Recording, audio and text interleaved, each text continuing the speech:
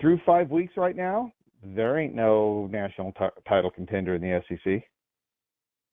Okay, tell everybody where you like for the national title contenders to be as far as offensive scoring efficiency and defensive, and then total. Okay. So one of the first things first, right, is we all know that top 10 high school recruiting wins national titles, right? I mean, 22 of the last 23 national title winners, previous 4 years, they were top 10 in high school recruiting, period. All right. So that's your LSUs, that's your Georgias, your Alabamas, and so forth. All right. So those are the teams that I'm focusing on, those that are recruiting at the highest level. We may not get that this year because half of them aren't up near the top. Now, what I'm looking for in offense and defensive scoring efficiency, now this is the way I calculate it, at least for the basics. When I'm talking national numbers, it is simply expected points per snap. That's it, right? That's the simplest scoring efficiency is when that ball is snapped, how many points do you normally score on offense? And then on defense, scoring efficiency, exact same calculation, because it means the exact same amount on the scoreboard is scoring efficiency on defense.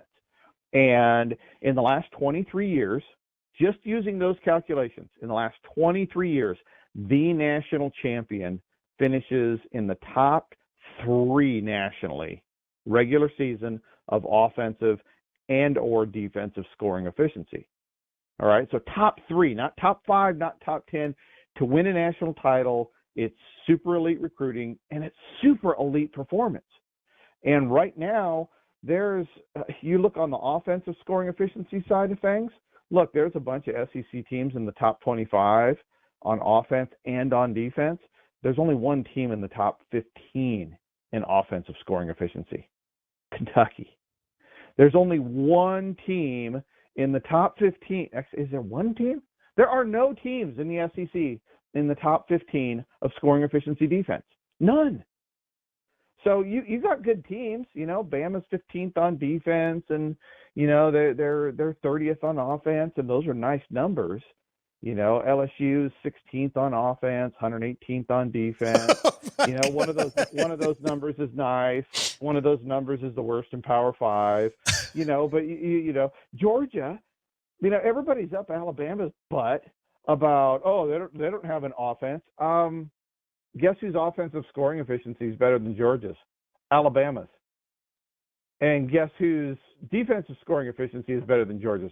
Alabama's. But no, Alabama's lost their fastball. They suck this year.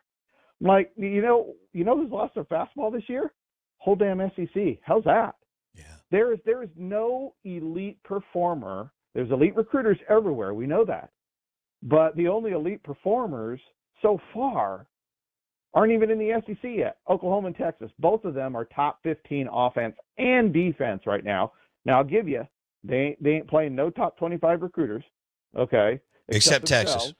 Except Texas played Alabama, and they're going to play each other, right? And that game doesn't mean anything this weekend. It means zero, nothing. Win or lose, it is a zero-sum game. The game that matters is down the road for those two. But back to the SEC, I'm just looking at these numbers, and yes, teams can move, right?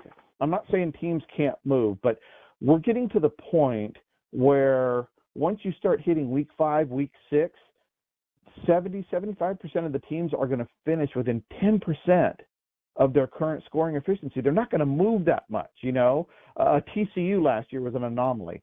After week 6, they're 79th in offense. They finished top 15.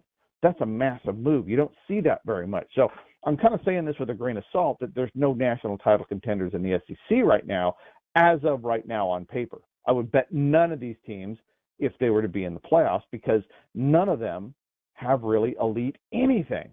That can change, but man, it better start happening right now. But until it does change, I don't see a national title contender in the SEC this year.